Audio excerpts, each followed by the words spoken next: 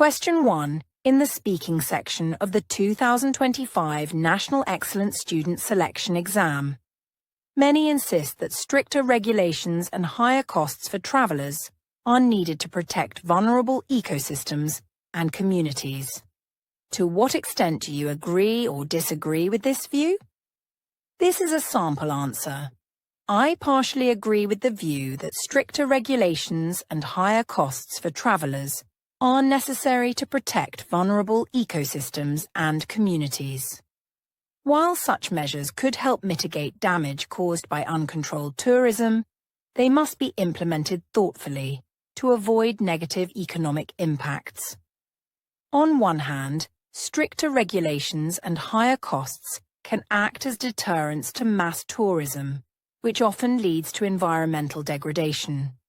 For example, over-tourism in places like the Great Barrier Reef has caused severe coral bleaching due to pollution and human activity.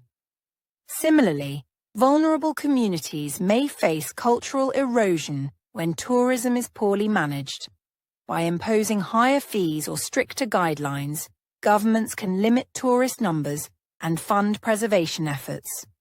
On the other hand, these measures might disproportionately affect local economies and exclude lower-income travellers. Many developing countries depend heavily on tourism as a source of income.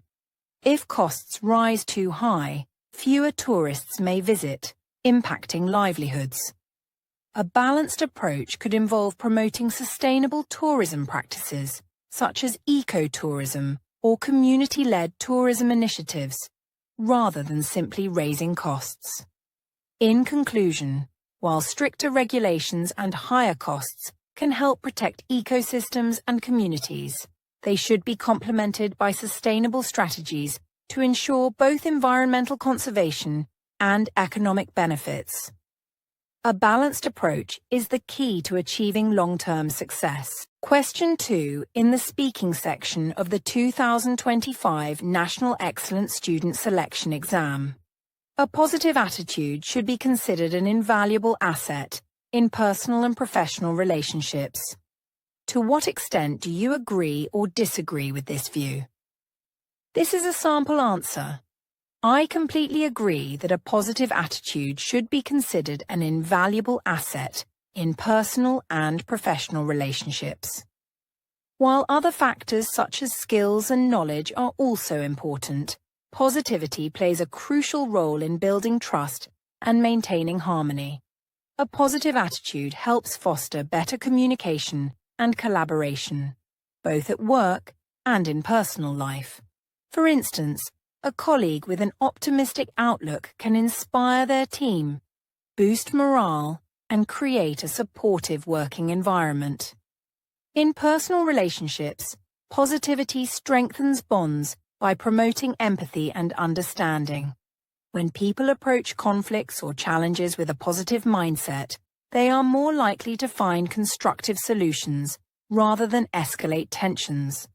However, while positivity is essential, it cannot replace other critical factors like expertise and effective communication.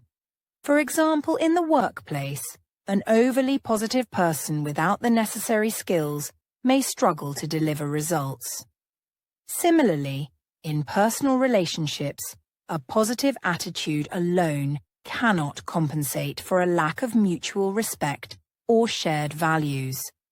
Therefore, positivity must be balanced with other qualities to truly enhance relationships.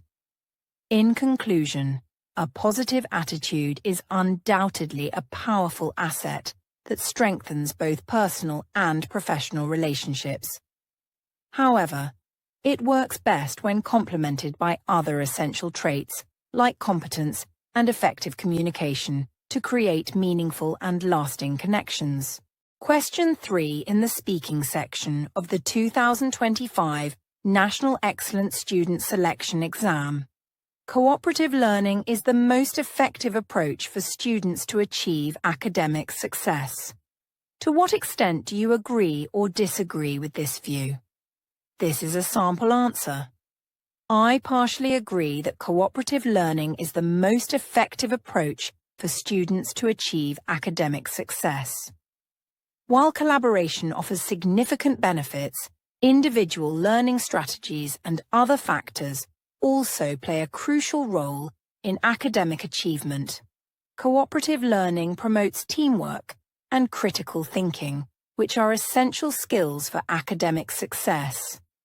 For example, when students work in groups to solve complex problems, they can exchange ideas, learn from each other's perspectives, and deepen their understanding of the subject matter.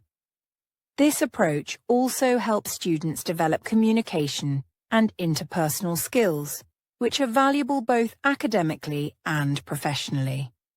Moreover, studies have shown that peer-to-peer interactions in cooperative settings can enhance retention and comprehension. However, cooperative learning may not suit all students or situations. Some individuals work more effectively on their own, especially in tasks requiring deep concentration or creativity.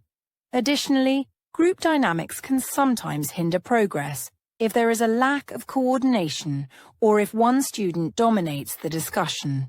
Furthermore, academic success also depends on other factors, such as a student's motivation, access to resources, and the quality of teaching.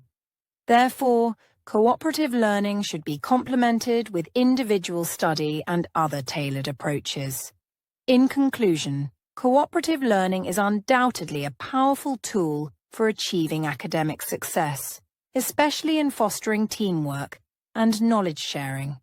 However, it is not a one-size-fits-all solution and must be balanced with individual learning strategies and other supportive factors to ensure the best outcomes.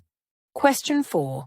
In the speaking section of the 2025 National Excellence Student Selection Exam, tertiary education should be accessible exclusively to high school graduates with excellent or good academic records. To what extent do you agree or disagree with this view? This is a sample answer. I disagree with the view that tertiary education should be accessible exclusively to high school graduates with excellent or good academic records. While academic performance is an important factor, education should be inclusive, allowing diverse talents and abilities to thrive. Limiting tertiary education to high-performing students may exclude those who excel in non-academic areas. For instance, some students may have strong practical or creative skills that are not reflected in their high school grades. A restrictive system could prevent these individuals from pursuing higher education and contributing meaningfully to society.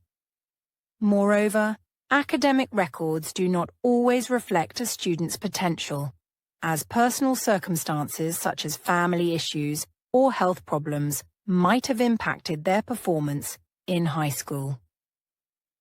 On a broader level, society benefits from diverse access to education.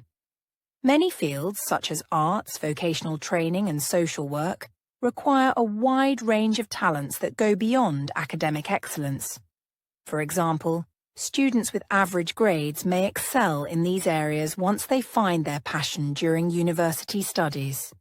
Instead of exclusivity, universities could implement multiple pathways, such as entrance exams or alternative qualifications, to assess students holistically and ensure fair opportunities for all.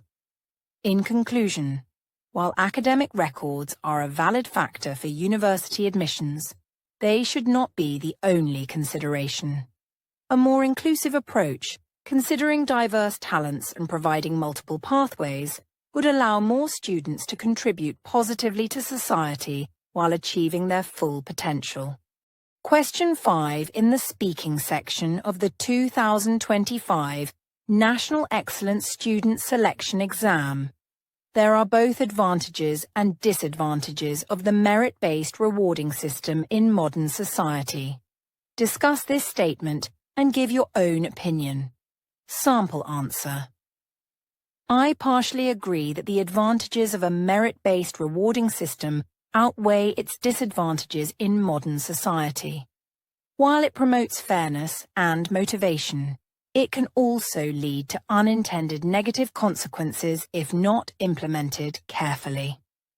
One significant advantage of a merit-based system is that it rewards effort and performance, encouraging individuals to work harder and achieve their goals. For example, in workplaces, employees who perform well are rewarded with promotions or bonuses, creating a sense of fairness and recognition. This system also ensures that rewards are based on measurable achievements rather than personal biases, which fosters trust and productivity. However, there are notable disadvantages to consider. A strong focus on merit can create excessive competition, leading to stress and burnout, especially in high-pressure environments such as schools or corporate offices. For instance, students who feel pressured to achieve top grades may sacrifice their mental well-being. Additionally, a merit-based system may unintentionally disadvantage individuals who lack access to resources or face systemic barriers, thereby perpetuating inequality.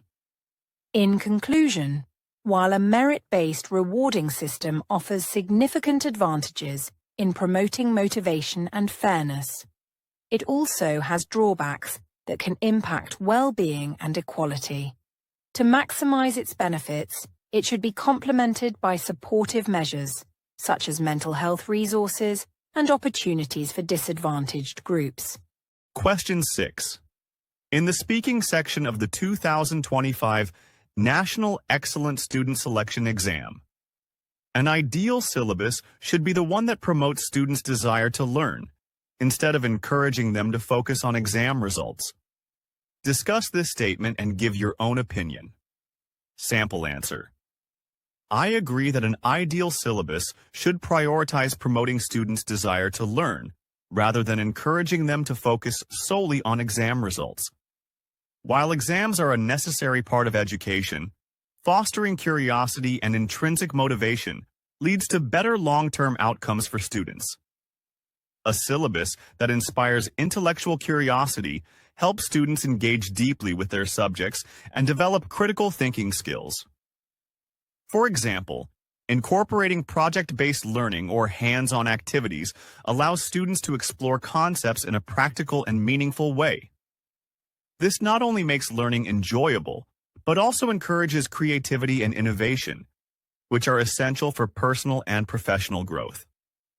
When students learn for the sake of understanding rather than merely passing exams, they are more likely to retain knowledge and apply it effectively in real-world situations. On the other hand, excessive emphasis on exam results can have negative consequences. It often leads to rote memorization, where students prioritize short-term performance over true comprehension. For instance, students may focus on learning exam techniques rather than exploring subjects in depth, limiting their ability to think critically.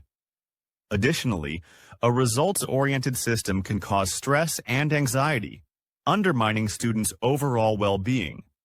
Therefore, a balanced approach is needed, where exams serve as one of many tools to assess learning without overshadowing the importance of curiosity and exploration. In conclusion, while exams have their place in education, an ideal syllabus should prioritize fostering a love for learning and holistic development. By striking a balance between assessment and exploration, educational institutions can help students achieve both academic success and personal fulfillment. Question 7. In the speaking section of the 2025 National Excellent Student Selection Exam, some believe that access to education is the most important factor in reducing inequality. To what extent do you agree or disagree with this view? Sample answer. I partially agree with the view that access to education is the most important factor in reducing inequality.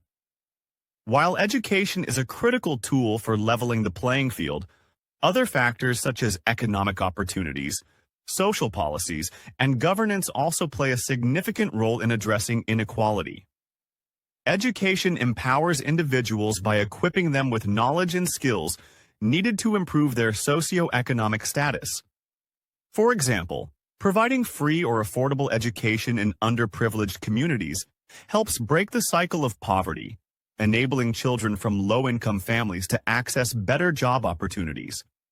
Education also fosters awareness of rights and responsibilities, which can help marginalized groups advocate for themselves and demand fair treatment.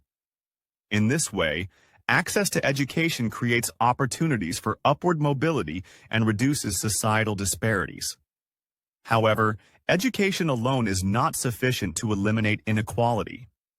Structural issues such as wealth distribution, healthcare access, and systemic discrimination must also be addressed. For instance, even with access to education, individuals from disadvantaged backgrounds may struggle to secure well-paying jobs if economic opportunities are limited. Furthermore, social biases and unequal access to resources can perpetuate inequality regardless of educational attainment. Therefore, a holistic approach that includes reforms in other areas, such as labor policies and social welfare, is essential to effectively tackle inequality. In conclusion, while access to education is a vital component in reducing inequality, it is not the sole solution.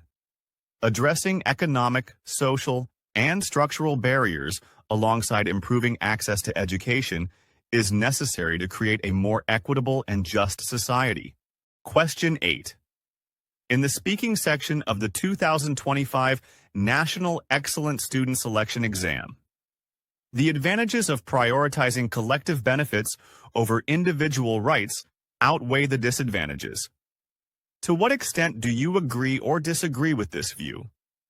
And this is a sample answer. I partially agree with the view that prioritizing collective benefits over individual rights has more advantages than disadvantages. While collective benefits promote social well-being and long-term progress, overlooking individual rights can lead to significant challenges and potential harm. Prioritizing collective benefits often leads to greater societal harmony and shared progress. For instance, during public health crises such as the COVID-19 pandemic, measures like mandatory vaccinations and lockdowns prioritize the greater good over personal freedoms. These actions helped protect vulnerable populations and save lives. Similarly, environmental policies that limit resource exploitation or impose restrictions on industrial emissions prioritize the sustainability of the planet for future generations. By focusing on collective benefits, societies can address large-scale challenges effectively.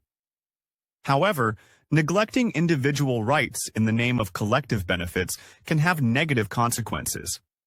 Excessive control or restrictions may infringe on personal freedoms and lead to resentment or distrust toward authorities. For example, constant surveillance in the name of public security can violate privacy and create a sense of oppression. Furthermore, prioritizing the majority's needs may marginalize minority groups, exacerbating social inequalities. Balancing collective benefits with respect for individual rights is crucial to maintaining fairness and ensuring long-term acceptance of policies. In conclusion, while prioritizing collective benefits can lead to significant societal advantages, it should not come at the expense of fundamental individual rights. A balanced approach that respects personal freedoms while addressing collective concerns is essential for building a fair, sustainable, and harmonious society. Question 9 in the speaking section of the 2025 National Excellent Student Selection Exam. Educational institutions' emphasis on standardized testing leaves less room for intellectual curiosity and holistic personal development.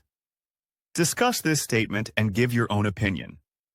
And this is a sample answer.